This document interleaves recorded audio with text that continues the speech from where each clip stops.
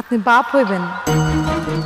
Social media এখন উত্তাল। এক গোপন সূত্র থেকে নতুন বিতর্কের জন্ম দিয়েছে সংবাদকর্মী মাহবুবুর রহমান। তার দেয়া একটি স্ট্যাটাসে তিনি তিথি ও আলভির একটি হাত ধরা কাপল ছবি শেয়ার করে তার ক্যাপশনে উল্লেখ করেছেন, একটা গোপন খবর পেলাম যার ভেরিফাই করার দরকার। তিথির সাথে একটা সময়ে আলভির সম্পর্কের কথা জানার পর অনেকদিন পর ইকরা সহ্য ক্ষমতার আওতায় চলে আসে।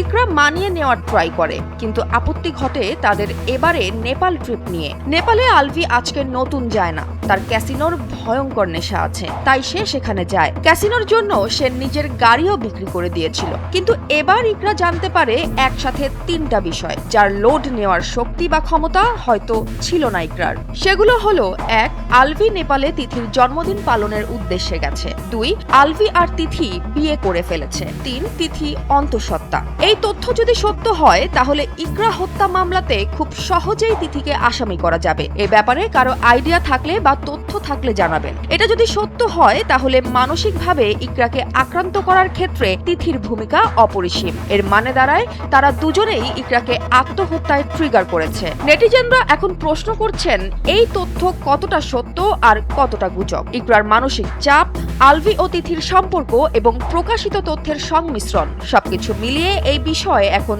তুমুল আলোচনার কেন্দ্রবিন্দুতে।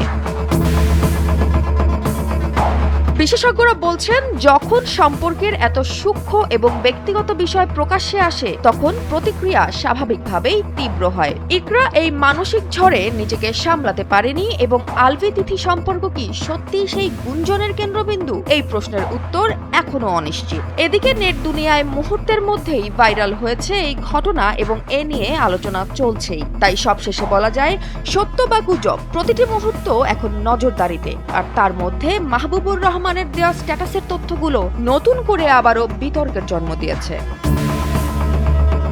জয়া হাসান, NPB।